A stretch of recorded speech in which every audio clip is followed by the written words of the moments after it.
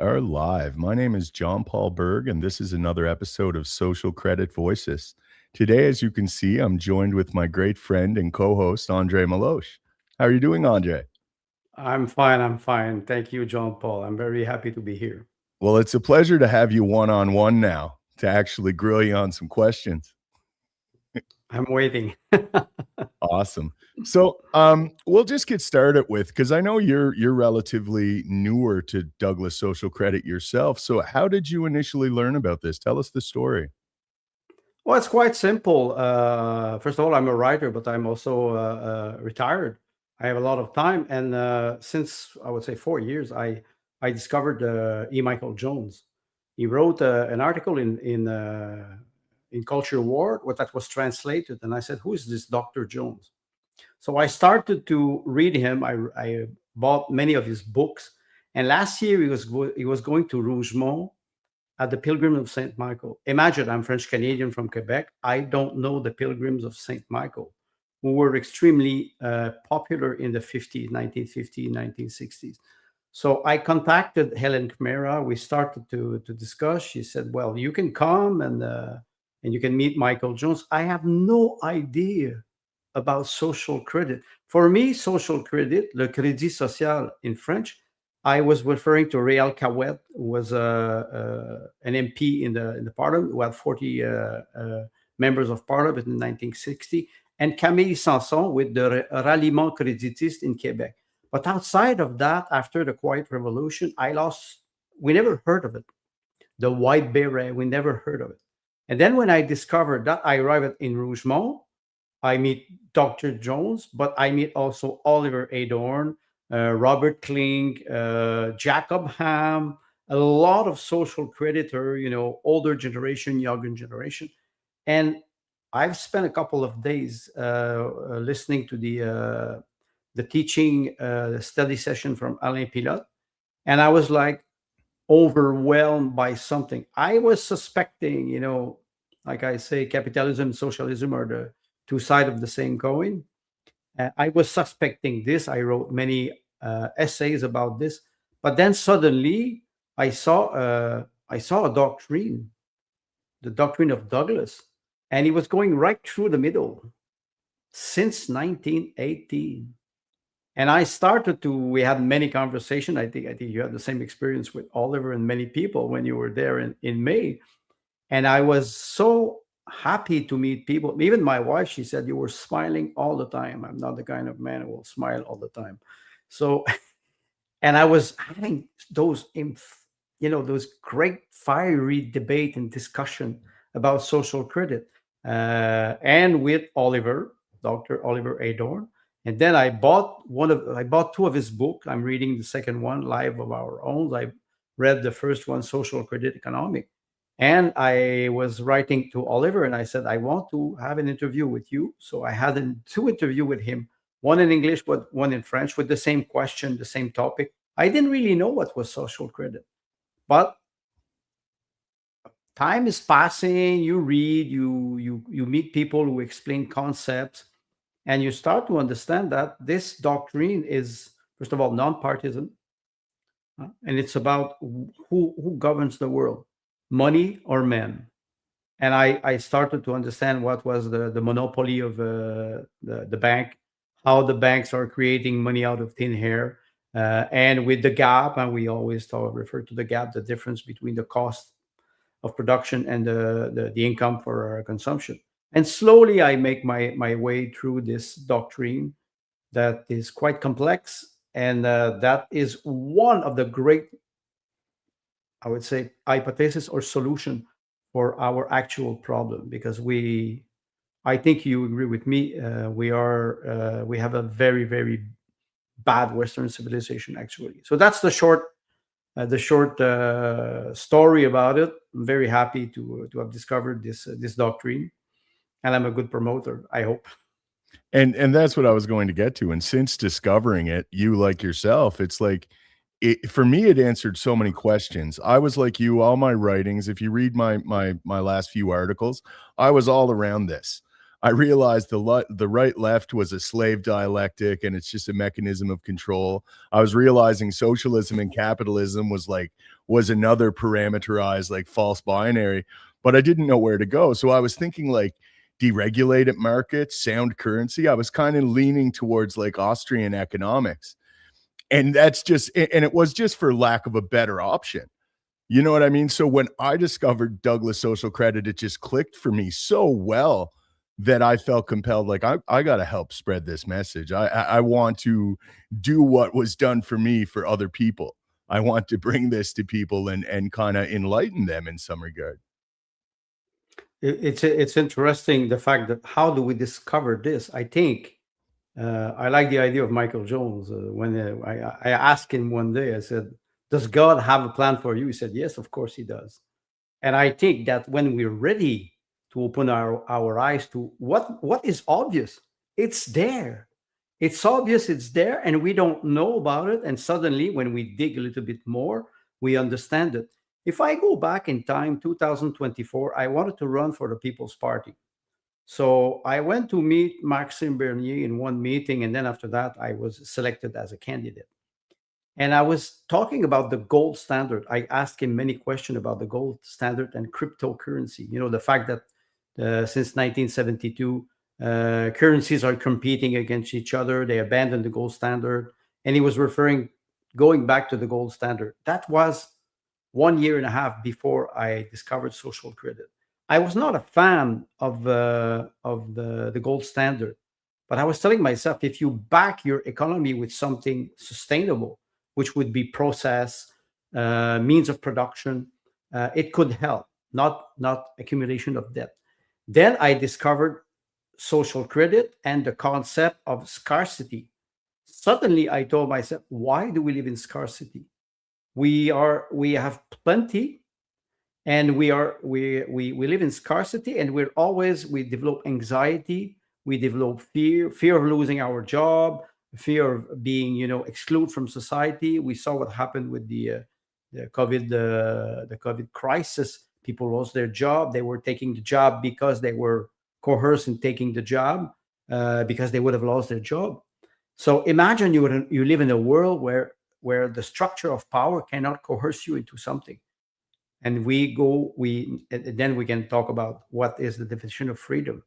I think today both system, whether socialism and capitalism, we are slave of a system, but we just don't know it, and because it's comfortable, we don't want to change.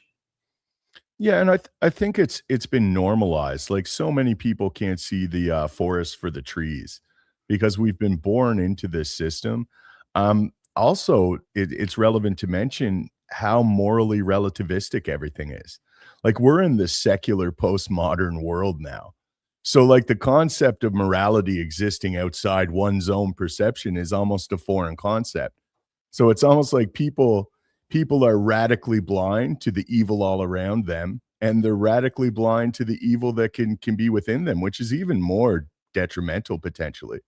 We look at even truth from like an epistemological standpoint, like it's my truth and it's Andre's truth and it's whomever's truth, but it's no, there's the truth. And we've gotten so far from that. I don't think people can see evil, let alone see the evil that is our financial system. It's interesting you mentioned truth, because I know a French philosopher, Michel Maffezoli. He's a, I would say he's a very clever man. He wrote many books, and he is still alive. But he's a Marxist socialist. And in one interview, I think it was 3 years ago, he was saying there's no such thing as truth. You have many truths, and this is what we talk about: relativism. And relativism came with Einstein in physics, and we applied that in politics, saying, "Oh, come on, the truth does not exist. God does not exist. We have to embrace progress." I think in one of our episode you were mentioning the difference between progress and prosperity. And when I start to understand that, I said, "Oh, I can connect the dot exactly like you." I was, struggling a little bit. I knew I could identify the problem, but how do you express a real doctrine? I'm not an economist, so I ask myself, how can I understand, or how can I try to implement something if I don't understand the real purpose of economy, which is really well defined in the doctrine of Douglas. The economy has to be in the service of man and not the opposite. And that's the biggest thing. We all, and me especially, being more of the right, more of the libertarian. I was never a libertarian, but I kind of was leaning that way. I thought of the market as this abstraction that in order to avoid communism or socialism, we should deregulate this market, this abstract market, and we should all just succumb to the wants of it, right? Like we should all work, and that's the big thing. Like with this doctrine, income is not directly associated with work. It can be, for the industrious amongst us, they will still be able to work and earn money, and there's free enterprise within a Douglas social credit model, but it's not mandatory work. Like other varieties of distributism have just like, the workers own a share of the company. But what's brilliant about the Douglas and his doctrine was that it gets rid of work as the model for distributing income. It enfranchises the citizen as a shareholder in the cultural inheritance of their nation. So that's huge. That's paradigm shattering in a lot of ways, and it goes so far beyond these categories that we like to think of everything in. Well, you mentioned often you're from the working class. Mhm. Imagine the working class is a class. So you're right. You separating income from work is inconceivable for many people, because some people, they will say, I love my work. It's, take an artist who's painting and who's selling his painting. Why doesn't he work in a factory? Because he has talent, and he has the time to develop his talent. Time is the only thing we have. Mhm. Labor, we refer to labor. And I think in the doctrine of Douglas, you have this part of the doctrine which is based on labor, and labor as something that is noble, not something that is a burden. Because if you work and only to have an income, maybe you don't like your work. Maybe you would like to have time to develop your mind, develop your skill, develop knowledge. Imagine 100 people with their brain, what they can do. You put the problem there, you put one person, it will take that person a certain amount of time to solve the problem. Put 100 brain around the same problem, it will go much faster. So you free the time for people, because the income is not associated with work. This is counterintuitive for most people. Well, that was kind of me when I initially was learning of the theory. I really struggled with that.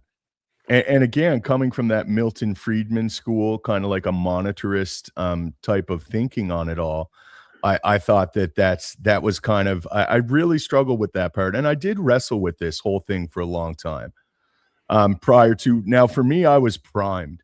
I think a lot of people wouldn't be as ready for me to adopt such a, like I say, a paradigm shifting doctrine. But for me, I was ready. I could see past all these flaws. I could see that the socialism capitalism model was just, that's not real. Those are just parameterized ways they want you to think about things. So when I learned of it, it made sense. But for a lot of other people, like we were saying, this system is very normalized. For instance, I see a lot of people that are supposedly awake, and they just, now they think that they're either conservative or they're liberal or whatever, but they're on there and they're culture war grifting. They're getting right down with their side. It's the right. We have to unite the right, whatever that is, against the left. And I always ask these people, like, well, what are you going to do with the left when you get them? And they never really have an answer. They think I'm trying to be cute or something, but I mean, at the end, I really think that way. Like, what's the natural extension of your logic?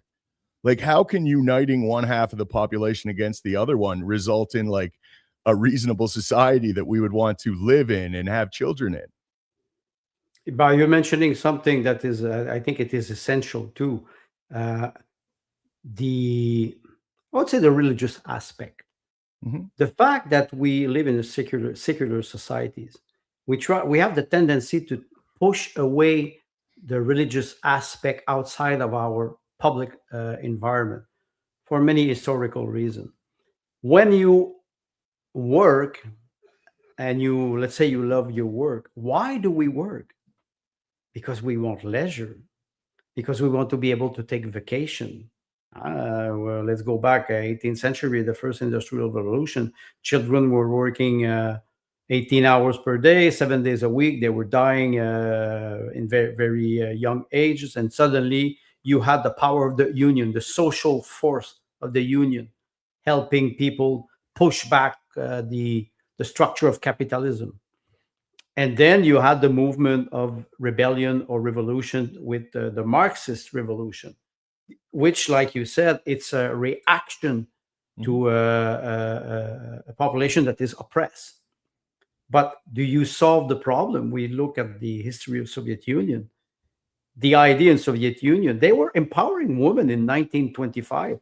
Abortion, full employment, women equal as men everywhere in factories. Women were in factories in 1925, but the level of divorce skyrocketed so high 1925 1930 that when Stalin arrived in power, he had to prohibit abortion again, because he was saying it is not possible. They're destroying the structure of the family, which is the core value of a society. Mhm. What I've noticed is that the doctrine of Douglas is closely related to the Catholic doctrine, the doctrine of the Church. Even if he doesn't say it explicitly, there's an intellectual, Diane Boucher, if I'm correct. She was at the Pilgrim of Saint Michael for many years. She died, I think, in 2018, and she wrote many articles on Douglas.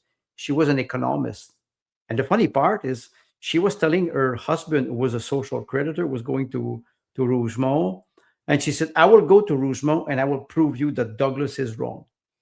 And what did she do? She analyzed all the doctrine of Douglas, and she became a social creditor, an economist. She had I think she had a master in economy, and she understood not only the flaw of the system, but how people are manipulated to think that we live in scarcity. We don't.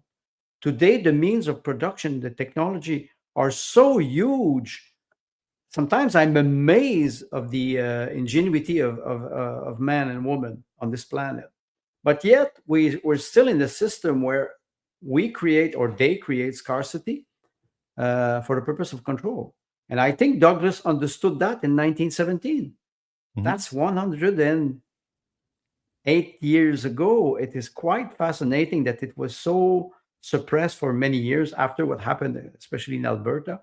And maybe that's a message for our for our fellow Canadian Albertan, even if they separate. Uh, look at the look at the doctrine, because if you live under a corporation, you will not be sovereign.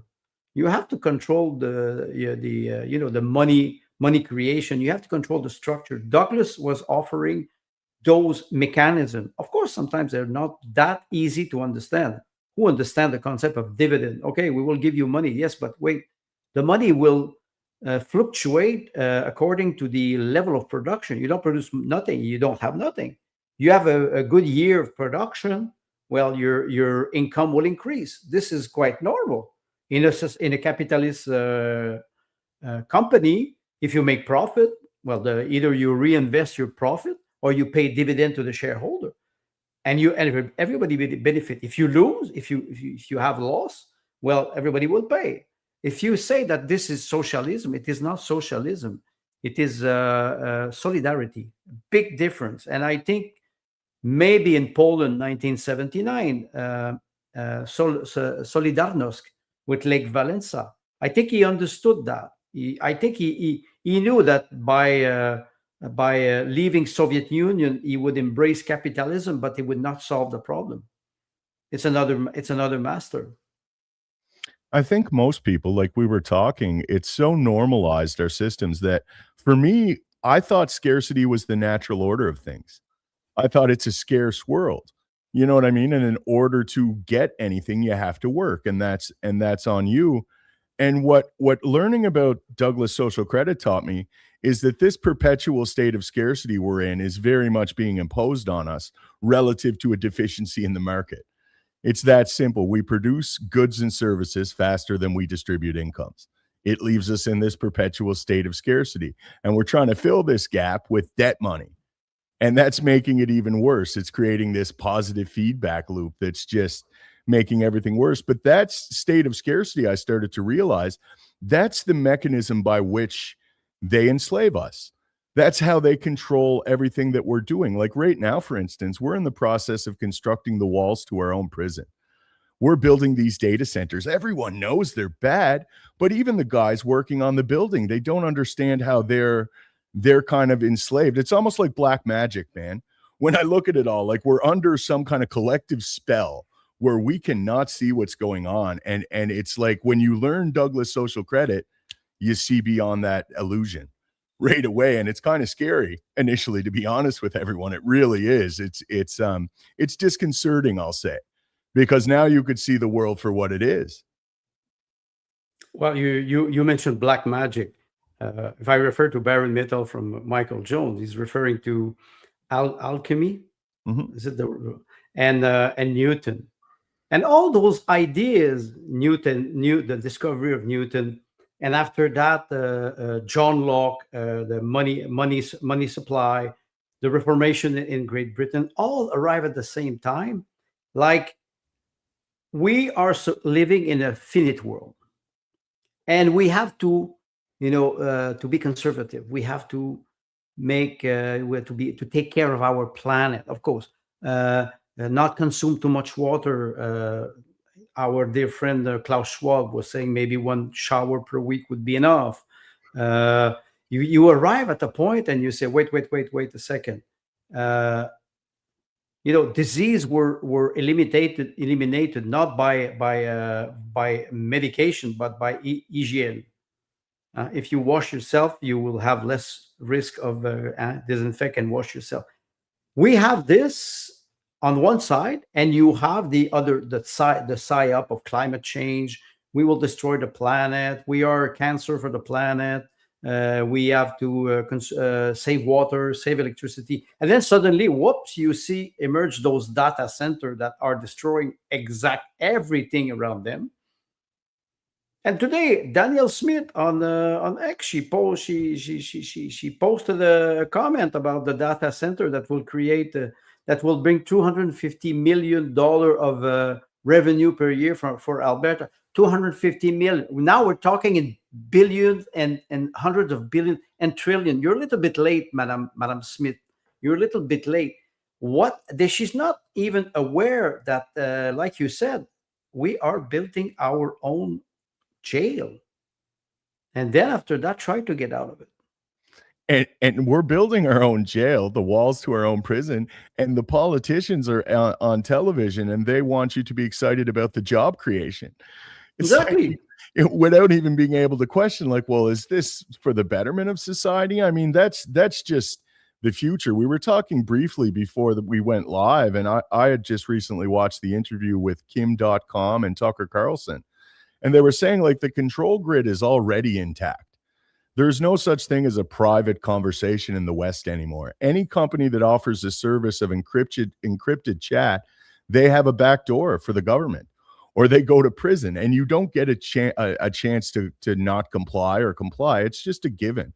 That's how much control they have now. And I think we're in this weird state presently where some people are very aware of this, but the masses are still entirely asleep, or they're busy fighting with one another with this left-right culture war slop, which is what dominates all these algorithms.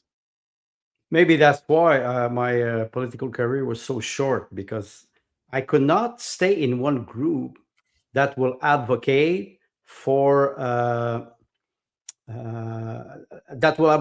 the opponent is the enemy. There's no such thing as an enemy up to a certain point. When you are in a context of war, the noble attitude is to preserve the life of the soldier in front of you if he surrenders. if he surrender. He will not kill him. First of all, it's against the Geneva Convention, and then we can talk about war crime. But the last declaration of Donald Trump, for example, toward Iran was, we will shift the production of car manufacturer to produce weapons, and we will attain full employment. Wait, the economy is to provide jobs, or the economy is to fulfill the needs of people? And this is where people, they get caught because they're so afraid. Okay, I don't have a job tomorrow. I have no income. The first reaction you have, you're scared, because you can be marginalized, excluded from society, especially worker, for example, worker who are 40, 45 years old, they lose their job. My father was working for the Montreal Gazette. After 25 years, he was laid off. After that, he worked for the Weekend Magazine and the Montreal Star. He was laid off a second time. And he was always a little bit worried, because when you're laid off, you lose your income, and you are vulnerable. This is where, I would say, this is where the structure of society is supposed to help people, not to push them. It doesn't mean that people will not work. What is the definition of work? Women at home who raise children. In Quebec, the Pilgrims of Saint Michael, they were fighting with the federal government, so the family allowance would be increased with more children, and they won. I think it was in if I'm not mistaken, 1970 or 1975. They were pushing the federal government, and it was based on the system of Douglas. Women at home, they have a great value, but they were not recognized. So that was maybe one of the victory of the Pilgrims, who are a social creditor. They promote the doctrine of Douglas. They work together with social creditor from many countries. You and me, we attend on some podcasts in Australia, some social creditor in New Zealand and Great Britain. Those movements in Africa, those movements are everywhere, but not a lot of people pay attention to it. I think for ideological reason, they're afraid. I think for a lot of them too, they're just too busy looking at each other. This left right thing, man, not to keep bringing it up, but like it's profound. I know really bright people, really smart people that are not willing to look past it. And if you start talking about something like this, oh, that's like leftism. It's like, why is it left? Why is it of the left? Why do you have to put it in a category like that? And it's shocking, but everyone does, and that's the biggest hurdle to prevent us from seeing past it, is this left right dialectic. And It's it's quite interesting. Go ahead. Sorry. no, you go ahead. No, the expression social credit. On one side, you have social, so people will associate this with socialism. On the other side, you have credit, which means either credo or finance. So you have the mix of both: social to help people, credit to give credit to people. So this doctrine, social credit, puts man first, human first. The economy is supposed to serve people, and not, I'm discovering, like Keynesian economy, Hamiltonian economy. We had this discussion Monday about, I didn't even know that what was the Hamilton economy last week, 2 weeks ago. And when I look at this, I start to understand why Douglas was so important, and maybe why he was suppressed.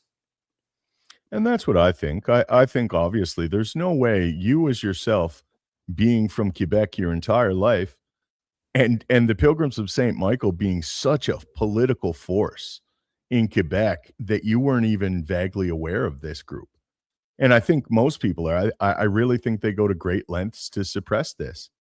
Since I look at my own experience since discovering it and starting to personally advocate for this, everything I do now is just tremendously deboosted.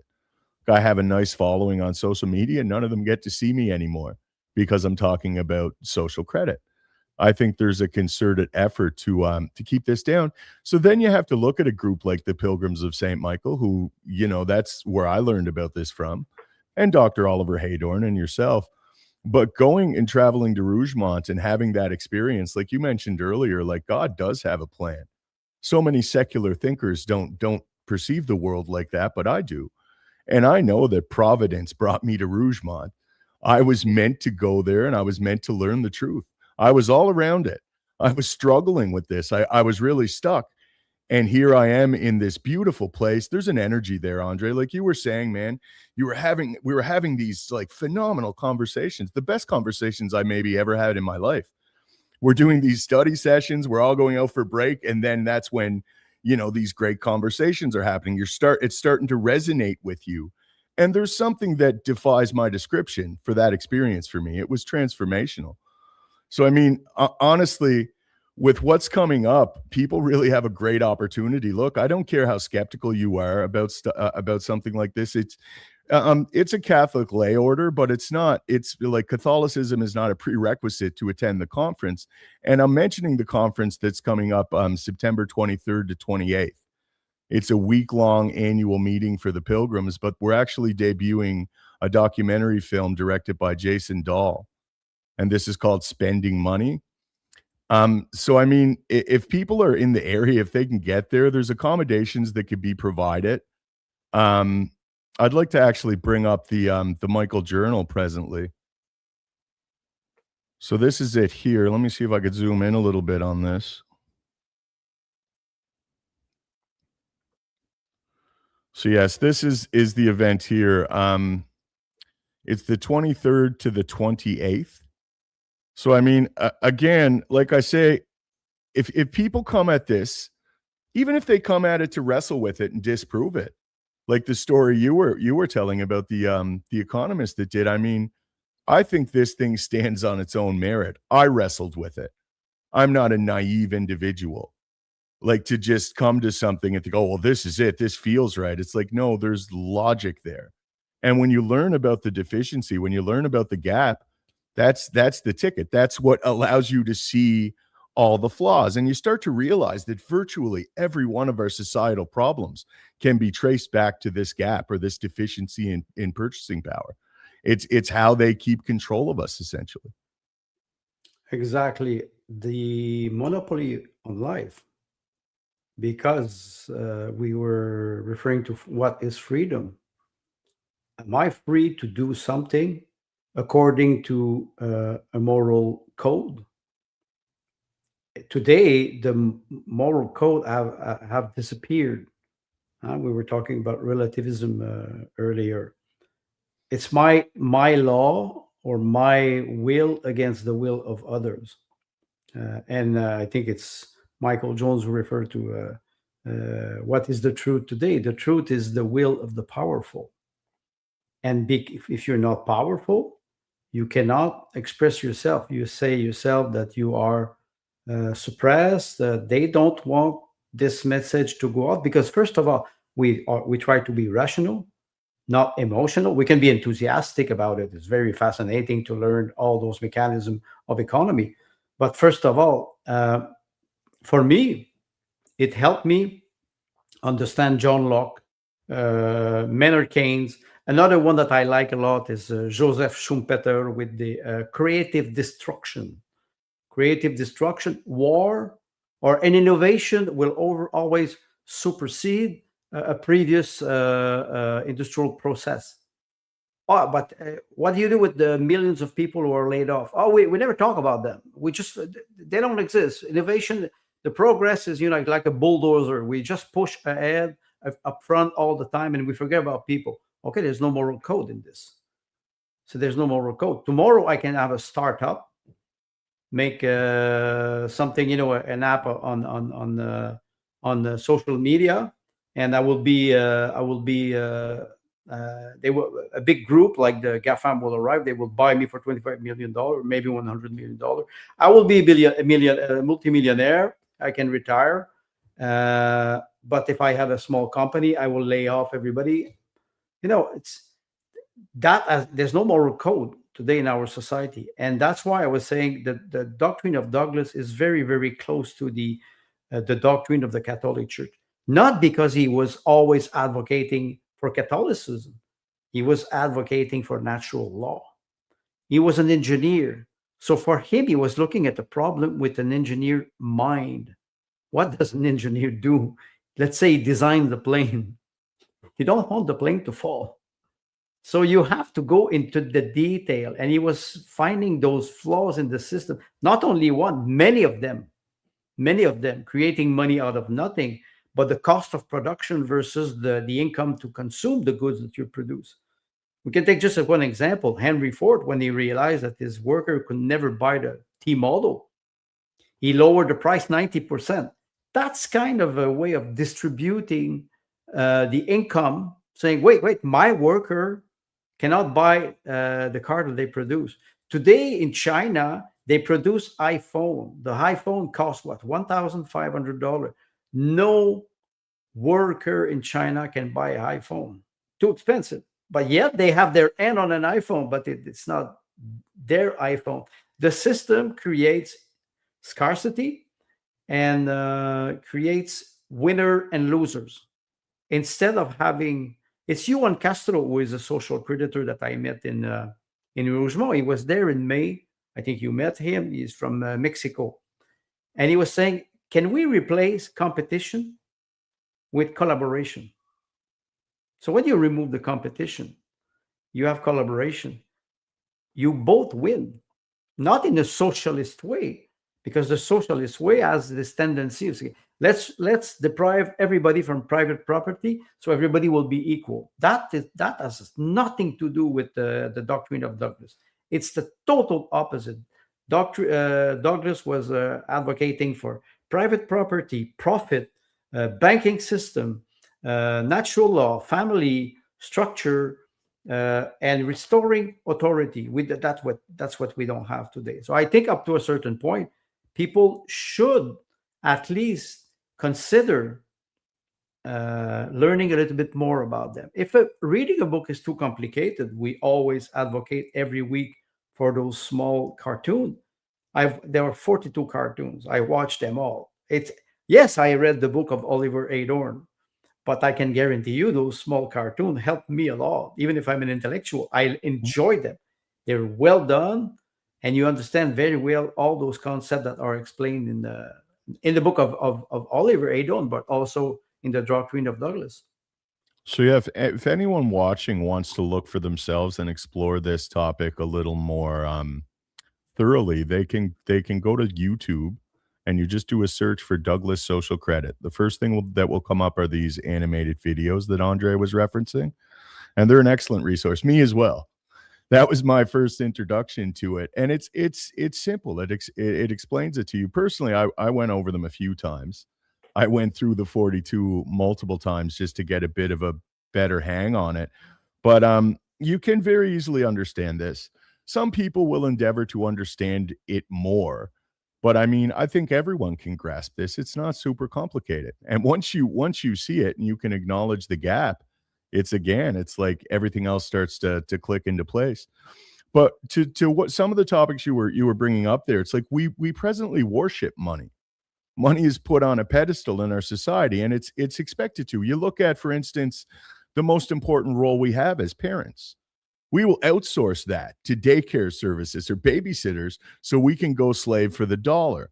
And that's normal in our society, which it's kind of, it says all you need to know, right? Like, we're not worshiping God. And in some ways, collectively or societally, we can't, because we're stuck worshiping money. You can't serve two masters on that. But and another point that you brought up that I wanted to speak to was Douglas. It's like Douglas didn't intend to write an economic theorem that was entirely precisely aligned with Catholic social doctrine. But what he did is he discovered the logos. You know what I mean? He discovered the truth of this and how it functions. So once it's reflecting reality, the truth of reality in the economic system, I think naturally it lines up with the logos that is in Catholicism, that is in Christianity more broadly. Logos is a very important word, because logos means reason. And in the book of Oliver Adorn, for example, Social Credit Economic, he's saying, if I remember the phrase, the financial system should reflect the physical system, and it is not what we're seeing actually.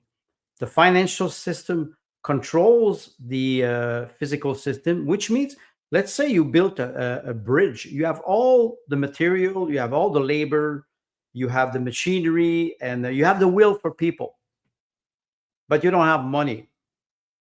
What do? You cancel the project. Yet you have everything. You have everything to build this bridge, and the will of people. People are willing to do it.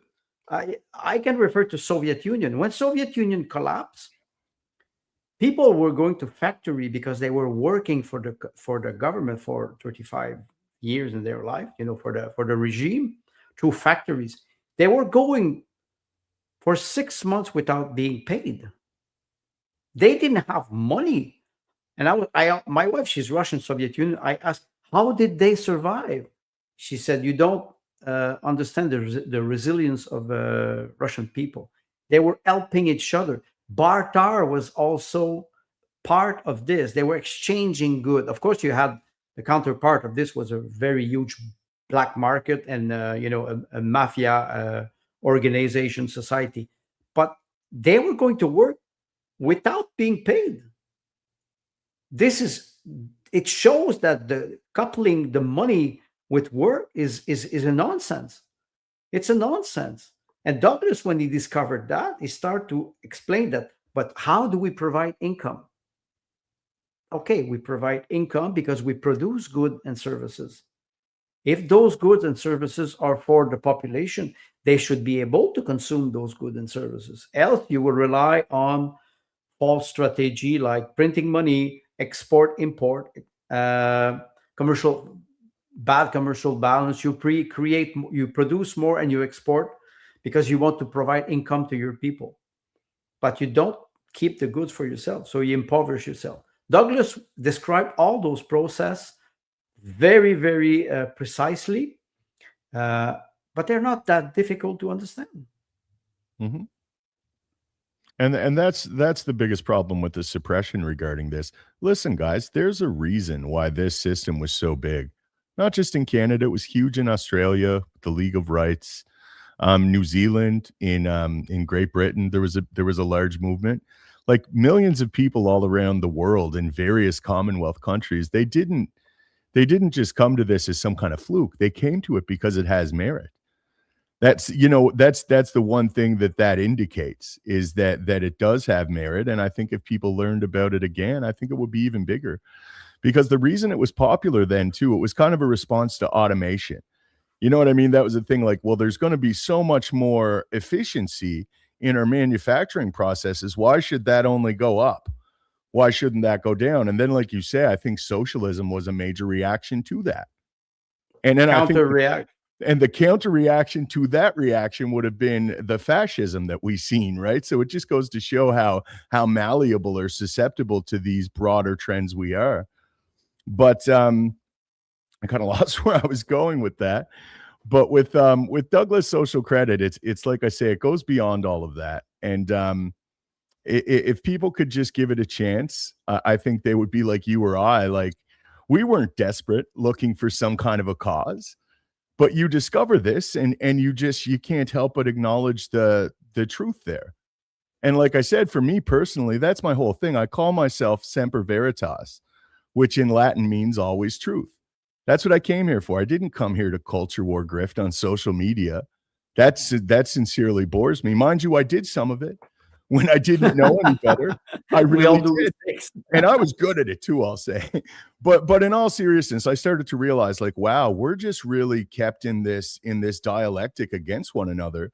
And that's the major obstacle that kind of allows us to not see what we have in common. The solidarity we have is the chains that enslave modern man is monetary policy.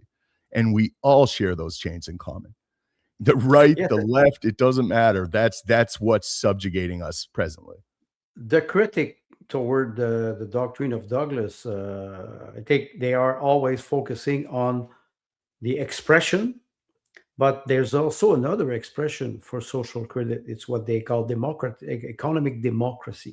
We have Mhm. two words in this: democracy, demos, power of people, cracy, power of people, or power of citizen, and you have economy. So if the economy is managed by people, I don't say it will be better, in a sense that you still need accountability and you still need to be able to have a good moral code. But I was thinking about, while you were talking, revolution, counter revolution, I was thinking about the Labour Party in Great Britain. Why this party was created? That was in a reaction to this industrial revolution that was pushing people out of work, empowering them, and then the union started to become powerful. The Teamster in the United States. Here we have the NDP, which is supposed to be the party for the working class. I think that Jack Mead Sink brought this party into its grave, but they're always using the idea of it's the worker against the bad capitalist. It's, it's Manichaean behavior. It's not very clever. If I disagree with you, John Paul, on one thing, and you say that, and you push my argument to the limit, either my argument will be strong and I will convince you, or my argument will be weak and you will convince me, and then we will have a consensus, because we will be able to have a very hard discussion. We can disagree, and then one day you will show me the light. It happened to me often.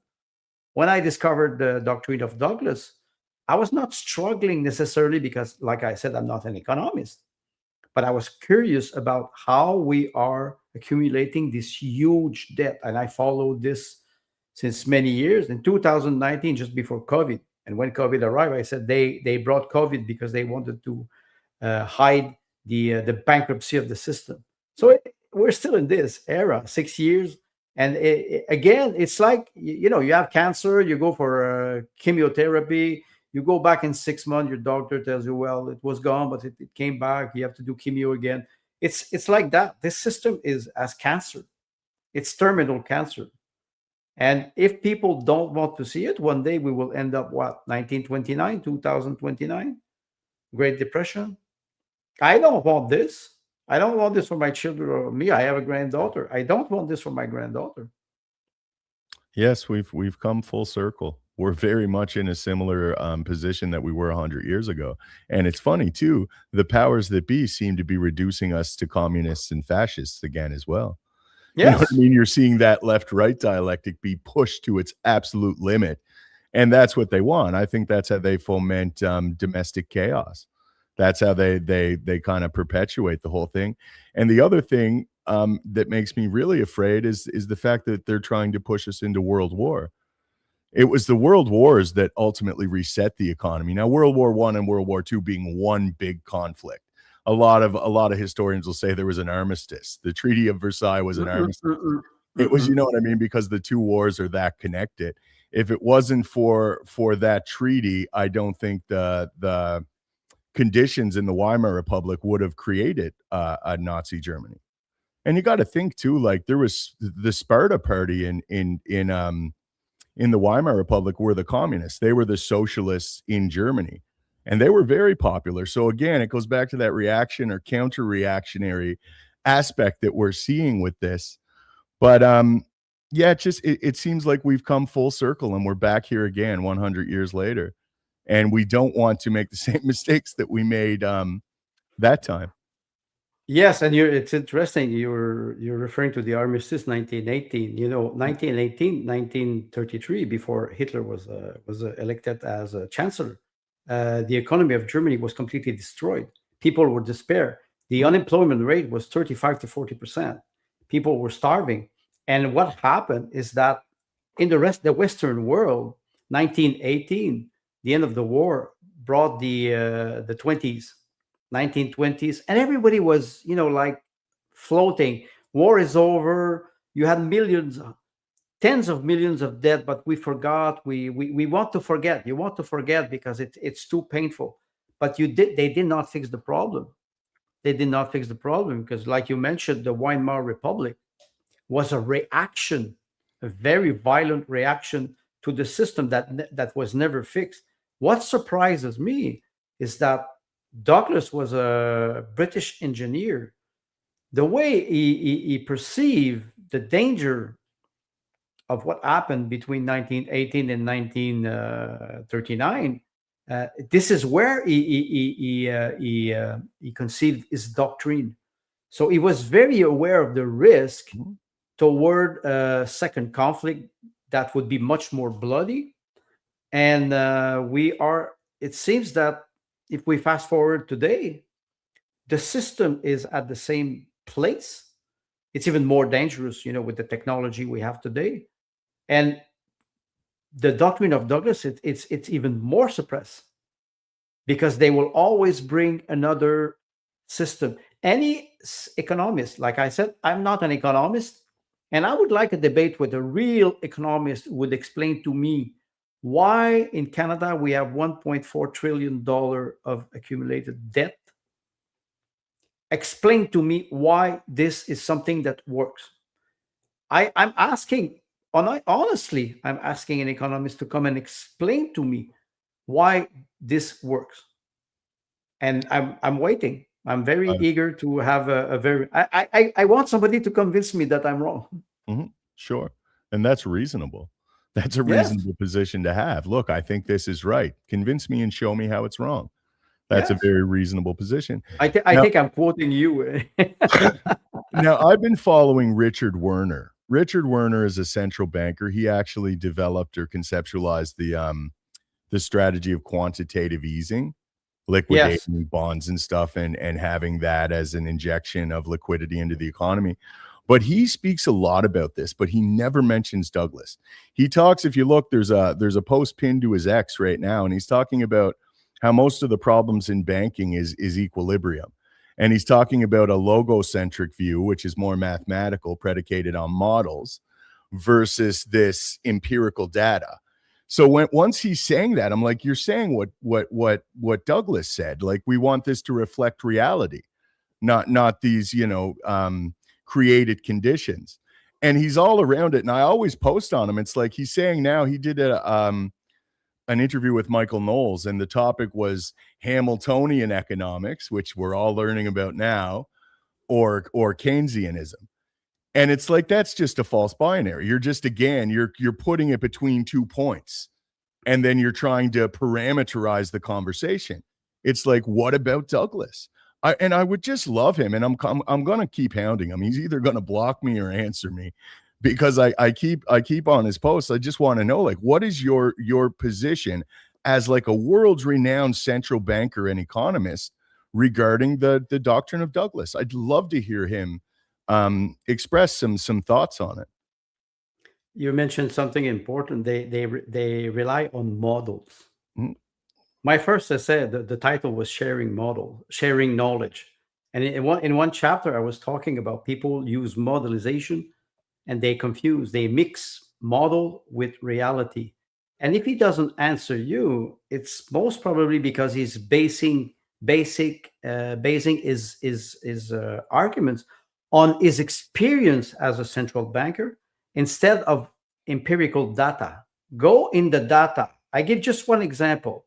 The BLS in United States, the Bureau of Labor and Statistics, publishes every 3 months, the percentage of unemployment. In United States, in the BLS, if you work 1 week per year, you're considered full employment. And then you can play with the statistics all year long. They talk about 4, 5, 6% unemployment. No, it's not true. It's 25, 30%. Why? Because people, they need 3 jobs to be able to have a decent income. I know some people, they have 3 and 4 jobs working. And I've seen this in Russia, actually. Some people, they have 4 jobs because they took mortgage and they cannot pay their mortgage. So they have to work, in a taxi, or they work and they work 16 hours per day. Okay. It is what? It is slavery again. 16 hours. Why not 24? Mhm. Up to a certain point, those models are never sustainable. The climate zealots, they like to use this word. I ask them, can you explain to me what is sustainable in economy? Douglas is proposing something that is sustainable, But of course, I'm pretty sure that some people who are extremely wealthy will disagree because they think that they lose something. Well, there's no more moral code. We cannot even talk about democracy today. The expression economic democracy has two words: economy and democracy, like I was saying before. And it is like it's obvious. If you don't have a fair economic system, you don't have democracy. And I hate to be suspicious, but we have to mention the massive influence that this system has over a lot of people. You know what I mean? It's just like the whole premise of trying to use X or Instagram or Facebook to get a message out. It's like you're using a tool of the establishment. Of course, you're going to be deboosted on it. And of course, some of these mainstream economists are going to provide you with a system that's going to keep the powerful powerful and keep the working class subjugated. I mean, they're kind of incentivized to do so. And again, that's speculative on my behalf. I don't want to be that cynic that I think everyone has these nefarious agendas. But I mean, I really do think that there's a lot of people that are seemingly incentivized to not mention this, to not discover Douglas. A lot of people that are having these conversations and they're all around these topics, but they never mention Douglas. I'm of a firm belief that Richard Werner is profoundly aware of Douglas. He must be. You know what I mean? I that's just my own personal take. But with that said, we're towards the end. We have about 100 people watching. I would like to appeal to everyone. If you could please share this stream, it's very advantageous for us. It's essentially the only growth we get where we are very suppressed with these topics. So if you got like 10 more minutes, Andre, we got a few brief comments and questions. Are you okay to take a couple? Of course. Excellent. So we have our friend Jose Bernier, who we also met at Rougemont in May. Greetings, gentlemen. Good evening, Mr. Bernier. Greetings, Jose. So now we have Peggy. Evening, gents. It's Peggy. I am wondering which order through the Catholic Church was hosting you in Montreal. Thanks. So it's actually a Catholic lay order. It's not connected to the institutional church, and it's called the Pilgrims of St. Michael. Do you have any more insight to add to that one, Andre? You know a bit more about the history than me. Well, the Pilgrims of St. Michael were founded by Louis Evin, who was a French citizen who came in Quebec, and he met Gilbert Côté-Mercier, who was also co-founder with Louis Evin. So they were already implementing or trying to propose the doctrine of Douglas, and they even up to a certain point they wanted to create a political party. And Douglas was advocating and was advising them, don't make a partisan ideology. But they did it anyway. But they were creating also the union of electors, trying to push MPs or MLA to influence them to implement the doctrine. So the Pilgrims are the history of the Pilgrims is quite old, 1955, I think, until today. Then they were in Montreal. Then they bought this estate in Rougemont. They moved in Rougemont, and they have speakers. Alain Pilote, which is a speaker who will teach, who always doing a study session. Usually, he does a study session in French, and I think it is 3 months a study session in English. So he alternates like this, and he's teaching the doctrine of the Catholic Church, but also the doctrine of Douglas. It's a very big move. It was very, very big in the 50s and 60s. Yeah, shockingly so. I was surprised with some of the old pictures they had, where it was just a sea of white berets. The Pilgrims of Yes. St. Michael wear the white beret famously. So we have a comment from Jose Bernier. Social Credit Philosophy by Dr. Haydorn is also required reading.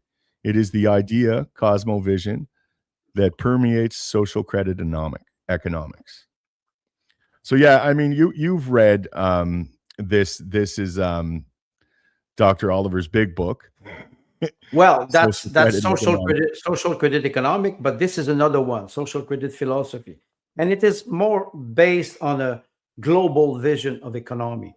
And you can see the links between his first book, this one, and the one that I'm reading right now, Lives of Our Own, which makes the difference between distributism. Douglas social credit is one form of distributism, but he's distancing himself from the real distributism who were advocating for full employment, for example. Mhm. Yeah, and that's associated with J.K. Chesterton as well, Chesterton, where exactly. he had his idea where everyone they should own a stake in the company that they're working for. There was another book also by Mr. Wisnowski with damn, I forgot his name, poet, American poet. Ezra Pound. Ezra Pound, exactly. Sorry, and because Ezra Pound was in contact with Doug, he was influenced. Many of his work was influenced by the doctrine of Douglas. It's a long history for the Pilgrim of Saint Michael. Very Absolutely. fascinating. Absolutely. So we have another one from Jose Bernier. Being a trained economist, I find myself unlearning what I've learned.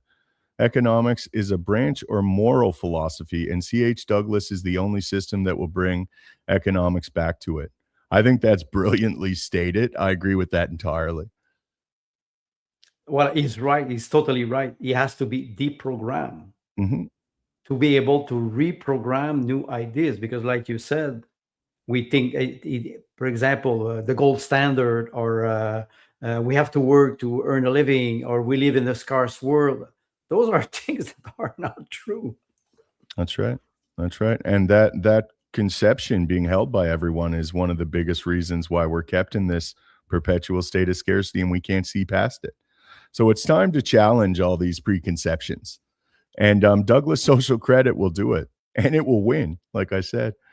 So with that said, we're towards the end. We got Clown World who reposted the stream. So I would like once more to appeal to the audience. We get most of our views after the live broadcast. So we have about 110 people watching. If you guys could share the stream, it's very advantageous for it. We very much appreciate it.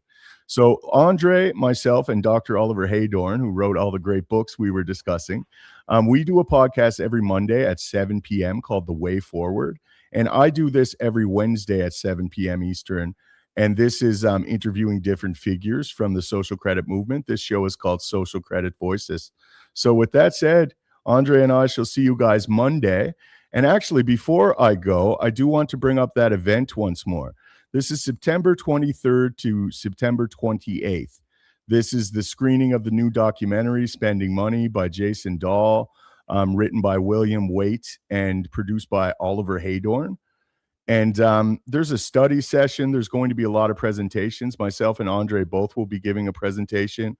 We're going to have a live panel. If you're in the area, or you can be in the area, please RSVP. All the information is on this, and it's actually pinned to my profile presently on this post here that I'm showing.